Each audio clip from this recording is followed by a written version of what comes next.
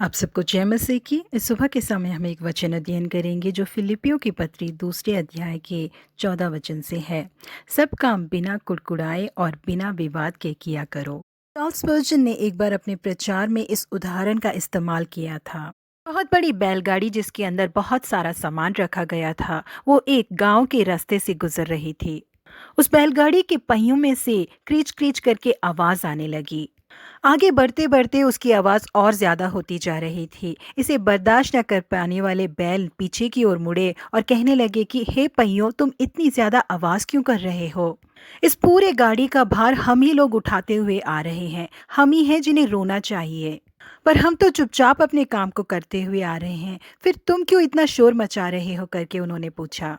जी हाँ, प्रिय परमेश्वर के लोगों, अक्सर उत्साहता के साथ और तेजी के साथ काम करने वाले लोग न कुड़कुड़ाते हैं और ना ही शिकायत करते हैं। जो लोग थोड़ा ही काम करते हैं वो लोग कुड़कुड़ाते रहते हैं और हमेशा शिकायत करते हैं, करके इस उदाहरण का इस्तेमाल करके स्पर्जन ने अपने प्रचार में कहा। जो लोग कोई काम नहीं करते उनके लिए कुड़कुड़ाना और कमी निकालना ही सबसे बड़ा काम होता है। यीशु मसीह ने जिन तोड़ों के दृष्टांत को बताया था उसमें एक व्यक्ति को 5 तोड़े दिए गए थे, दूसरे को 2 और तीसरे को 1। तीनों एक ही स्वामी के पास काम करते थे। उन्हें उसे देने के बाद वो परदेश चला गया।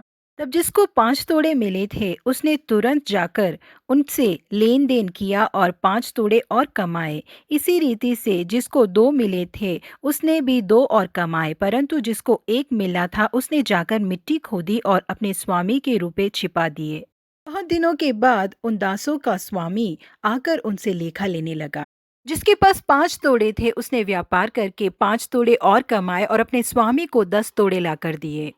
जिसके पास 2 तोड़े थे उसने और 2 कमाकर अपने स्वामी को 4 तोड़े लाकर दिए। दोनों ही अपने स्वामी के विरोध में कुड़कुड़ाए नहीं, कमी नहीं निकाला। बहुत ही आनंद के साथ इन्होंने काम किया और अपने स्वामी को लाभ कमा के दिया।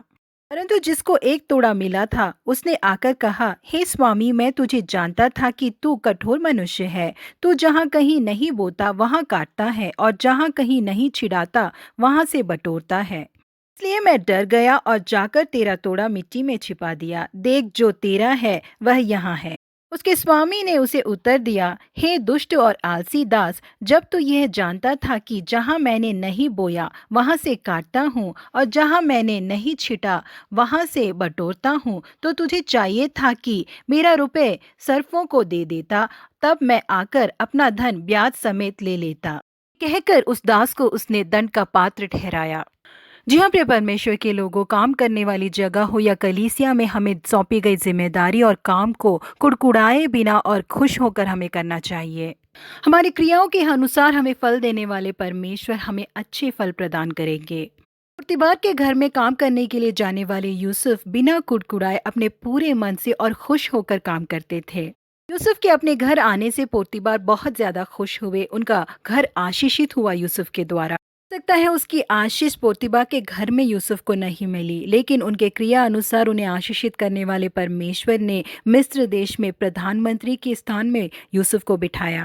इसलिए प्रिय परमेश्वर के लोगों, आपके भले काम के लिए निश्चय ही फल प्राप्त होगा। इसलिए मायूस हुए बिना, किसी पे कमी निकाले बिना ईमानदारी से अपने काम को करते रहे। परमेश्वर हमारा प्रतिफल निश्चय देंगे। प्रभु आप सबों को आशीषित करे। Have a blessed day.